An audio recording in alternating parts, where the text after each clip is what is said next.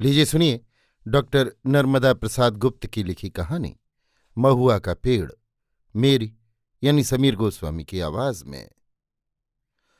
आसपास के गांव में महुआ का इतना विशाल पेड़ नहीं था। मंदिर की गुंबद जैसा तना, बादल को छूने वाली अगणित शाखाएं और छत्र से तने पत्ते। चाहे गर्मी हो चाहे जाड़ा, गांव के लड़के उसके नीचे तरह तरह के खेल खेलते। थके हुए गैलारे अपनी गैल छोड़कर कुछ समय के लिए जरूर रुकते। कुछ काम न होता तो बड़े बूढ़े इधर उधर की बातें करने बैठ जाते और तभी उठते जब घर से बुलावा आता। सबके लिए उसके वरद हस्त फैले रहते। रमिया बुढ़िया ये कहती कभी नहीं थकती कि उसने जब से होश संभाला गांव की चोरी नहीं सुनी। ये बात तो सच हो या झूठ, गांव वाले उसकी पूजा करते हैं। दिवाली में सबसे पहले घी के दिए, होली में गुलाल रंग और राखी के दिन रंगीन सूत के धागे। कोई अपनी माँ की बीमारी से तंग आकर उसकी शरण आता है तो कोई अपनी बहन की शादी के लिए। लिलिया के लिए जब कोई वर न मिला और उसके पिता परेशान हो गए तब पेड़ के नीचे बैठा हुआ एक युवक उसे दुल्हन बनाने को तैयार हो गया। विवाहों की लगन शुरू हुई कि भीड़ होने लगी। सजी हुई बैलगाड़ियां रुकी, वर वधू जोड़े उतरे और भेंट करने के बाद खुशी खुशी चले गए। उसके नीचे हल्दी चावल बताशों का ढेर सा लग गया।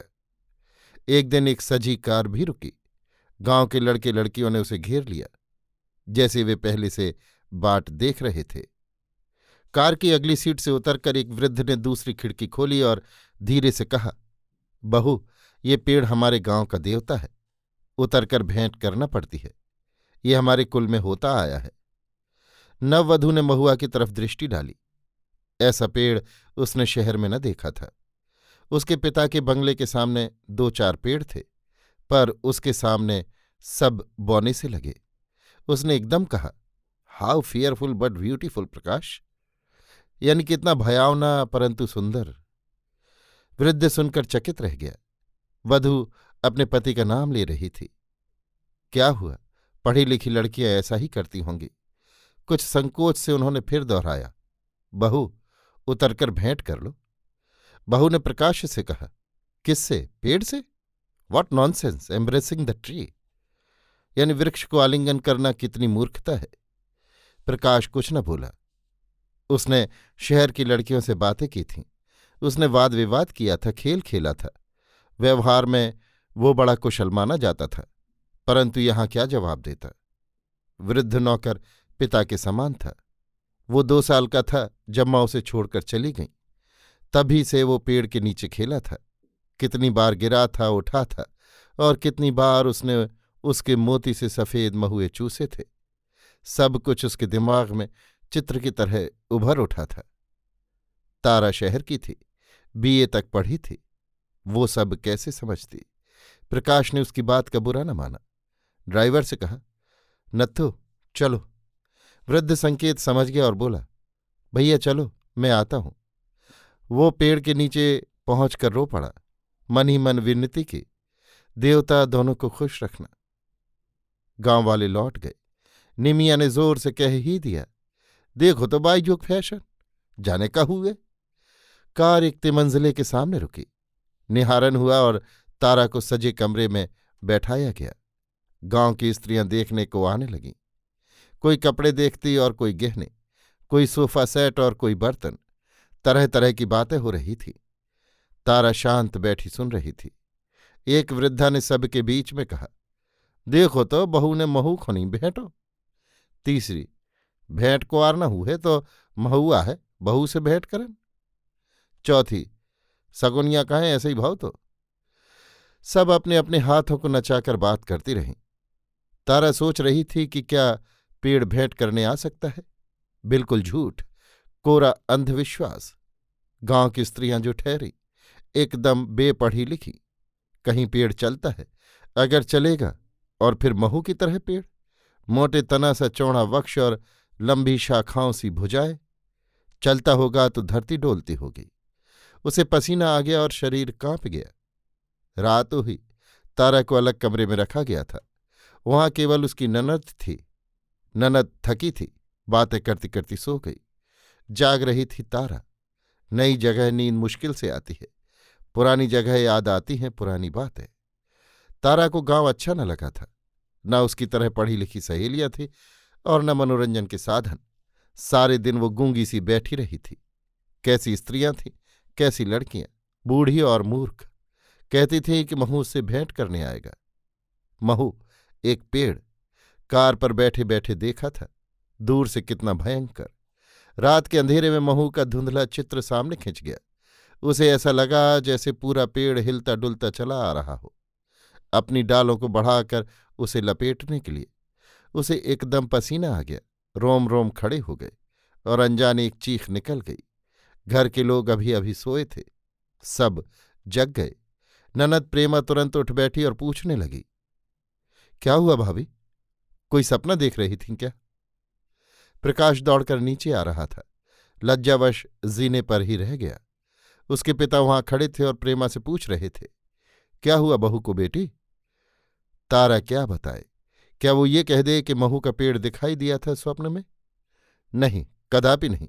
एक पढ़ी लिखी लड़की और ऐसा कहे? वो नहीं बताएगी। उसने ननद से कुछ न कहा, न सच और न झूठ। तारा के ससुर कोई खास बात न समझकर बोले, प्रेमा, नई जगह है, तू जागती रहना। क्या बताऊं, तेरी माँ होती तो बहू को गोदी में सुलाती, एक कदम जमीन पर न रखने देती। प्रेमा ने तारा को अपने पलंग पर लिटा लिया और जब तक तारा सो न गई उससे बातें करती रही। दूसरे दिन गांव की स्त्रियां फिर आईं। घर में गाना बजाना हो रहा था। तारा ने भी कई नई गीत सुनाए। वो गाने में कुशल थी। कॉलेज में जब ड्रामा खेला गया था उसने कई गीत गाए थे और जिनकी प्रशंसा सबने की थी। बुंदेली गीत, बड़े मधुर। उसने भी सबके गीत चाव से सुने। प्रेमा की सहेलियों ने अपनी भाभी की खूब बड़ाई की। तारा की चीख की चर्चा चली। निमिया ने रघुवर दयाल को बुलाकर कहा, लाला बहू को सुघर लाए, अच्छी नौनी है, गाऊ तो अच्छो है।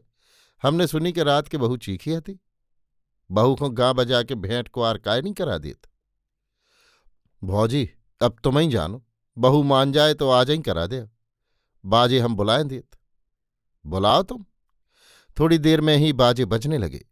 तारा ने जब प्रेमा से पूछा, प्रेमा मधुर स्वर में बोली, अच्छा तुम नहीं जानते, भैया को सीधा पा लिया, बेचारे अकेले किताब पढ़ते रहते हैं। तारा को तैयार होना पड़ा। गांव में कई मंदिर थे, सब जगह होकर वे उसी पेड़ की ओर गईं। स्त्रियां अब महू के बारे में बनाया गीत गा रही थीं। तारा भी पेड़ के पास जाने में कोई हर्ज न समझती थी, लेकिन उससे भेंट करने को राजी न थी। पेड़ के पास पहुंचकर तारा कांप सी गई। मन बहलाने को प्रेमा से बात करने लगी, कब से है ये पेड़? बड़ा डरावना है। तुम बचपन से आती रही हो ना? गांव की सब लड़कियां आती हैं, चाहे दुख हो चाहे सुख, सभी अवसरों पर। बातचीत से तारा का जी हल्का हो गया था। प्रेमा ने चुटकी ली, भाभी उनसे जो मांगोगी देंगे, सबकी इच्छा पूरी करते हैं वे। तारा ताड़ गई, बोली, तू भी विनती कर लेना। मुझे क्या, अब तेरी ही फिक्र है। प्रेमा लजा गई। महुआ का पेड़ आ चुका था, कुछ आगे हो गई। स्त्रियों ने पहले परिक्रमा दी, हल्दी चावल फूलों से पूजा की, दूध बताशों के भोजन कराए। निमिया ने तारा से कहा, बहू भेंट कुआर कर लो, गांव की सब बहुएं भेंट करती हैं, तुम तो पढ़ी लिखी हो। तारा ने तपाक से उत्तर दिया, इसीलिए तो कहती हूं कि ढकोसले में पड़ना ठीक नहीं। निमिया गांव की सबसे जेठी थी, अपना अपमान न सहा गया। प्रेमा से बोली, अब तुम जानो बिटिया तुम्हारी भाभी, हम ठहरी गैर पड़ी, कछु हु है फिर नाहक दोष न लगाइयो। सारी स्त्रियां घर तक यही चर्चा करती लौटी। तारा के कान भर गए थे। वो तुरंत प्रकाश से कह देना चाहती थी कि गांव में उसे अच्छा नहीं लगता। रात में तारा ने प्रकाश को सब कुछ बता दिया। प्रकाश ने पेड़ के बारे में कई घटनाएं सुनाई। तारा विचलित न हुई। उसकी दलील ये थी कि स्त्री एक निर्जीव पेड़ से भेंट करे। विवाहित स्त्री केवल पति का आलिंगन करती है, दूसरे का नहीं। किसी हद तक प्रकाश ने भी उसे माना था। तारा कहती कुछ और सोचती कुछ। उसका मन वहीं था। पेड़ की घटना को भूलना मुश्किल हो गया था। कई दिन और रातें खिसक गईं, पर तारा के स्वप्न, चिंताएं और चीखें कम न हुईं। सबने यही सलाह दी कि वो भेंट कर ले। अब तारा के लिए एक करारी हार थी। समस्या उलझती चली गई। मन ही मन वो कई उपाय सोचा करती थी। आखिर एक दिन वो तैयार हो गई। दोपहर के 2 बजे थे। सब अपने अपने कमरों में सो रहे थे। गर्मी के लिए ठंडक का खास प्रबंध किया गया था। तारा एकदम उठी। एक सफ़ेद मर्दानी धोती पहनी जिससे कोई पहचान न ले। पूजा की थाली हाथों में थी। महू का पेड़ 2 फरलांग की दूरी पर था। गर्म हवा के थपेड़े लग रहे थे। तारा पेड़ की ओर बढ़ी। उसने ज्यों ही पेड़ को देखा कि शरीर में कंपन आया और पसीना छूटा। गर्म हवा ने उसे झकझोर दिया। वो पीली सी पड़ गई और पीछे दौड़ी। कमरे में आकर ही उसने दम लिया। कपड़े बदलकर वो लेट गई। तेज ज्वर उसे जला रहा था। प्रकाश को जब मालूम हुआ वो डॉक्टर लेने शहर गया। डॉक्टर ने बताया कि लू लग गई है। कई दिनों तक इलाज चला। कभी प्रेमा और कभी प्रकाश उसके पास रहते। वो जागती तो पेड़ का चित्र आंखों में तैरता और सोती तो सपने में पेड़ की भुजाएं उसे लपेटने लगती। कुछ दिनों के बाद तारा की तबीयत ठीक हो गई, पर उसकी चीखें कम न हुईं। प्रकाश कब तक रुकता? वो यूनिवर्सिटी आ गया। पढ़ने में उसका मन न लगता। तारा के पिता प्रोफेसर नरेंद्रनाथ बनर्जी से मिलने यूनिवर्सिटी आए और उन्होंने सारी कहानी सुना दी। वे दर्शन शास्त्र के प्रसिद्ध विद्वान थे। उन्होंने प्रकाश को बुलाकर कहा, प्रकाश, हम लोग तुम्हारे गांव चलेंगे। तारा की सहेली मनु की भी इच्छा है। दूसरे दिन कार से सब लोग आए। जैसे ही कार महुआ के पेड़ से गुजरने को थी, प्रोफेसर बनर्जी ने कहा, कितना अद्भुत पेड़ है। प्रकाश, यही पेड़ है वो चाचा जी। कार रुकी। सब लोग उतरे। पेड़ के चारों ओर घूमते रहे। उसकी शीतल हवा से ताजे हो गए। प्रोफेसर बनर्जी उसके तने को परख कर बोले, प्रकाश, पेड़ बहुत पुराना है। चाचा जी, हमारे पिता भी बचपन में इसी के नीचे खेले हैं। मैंने बरगद के पेड़ इतने पुराने देखे हैं, महुए के नहीं। चाचा जी गांव भर देवता की तरह पूजता है। क्यों नहीं, पेड़ों की पूजा बहुत पुरानी है। मनु जानती थी कि अगर बात चल पड़ी तो प्रोफेसर साहब अपना भाषण देने लगेंगे। उसे तारा को देखना था। कार में आकर बैठ गई। सबको तुरंत आना पड़ा। रघुवर दयाल को खबर मिल चुकी थी।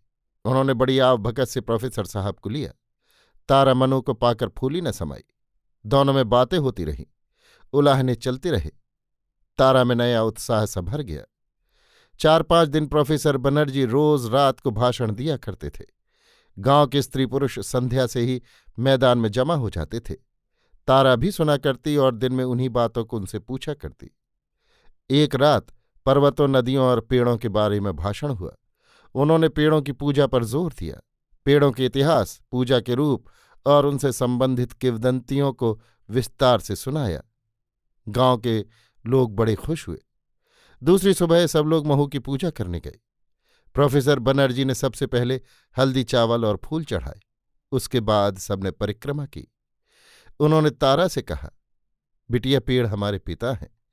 उनसे लिपटना ऐसा ही है जैसे बच्ची बाप से लिपटती है। तारा ने महू को अपने गले से लगा लिया और रोती रही, जैसे बहुत दिनों के बाद बाबुल से भेंट हुई हो। अभी आप सुन रहे थे डॉक्टर नर्मदा प्रसाद गुप्त की लिखी कहानी महुआ का पेड़, मेरी यानी समीर गोस्वामी की आवाज में।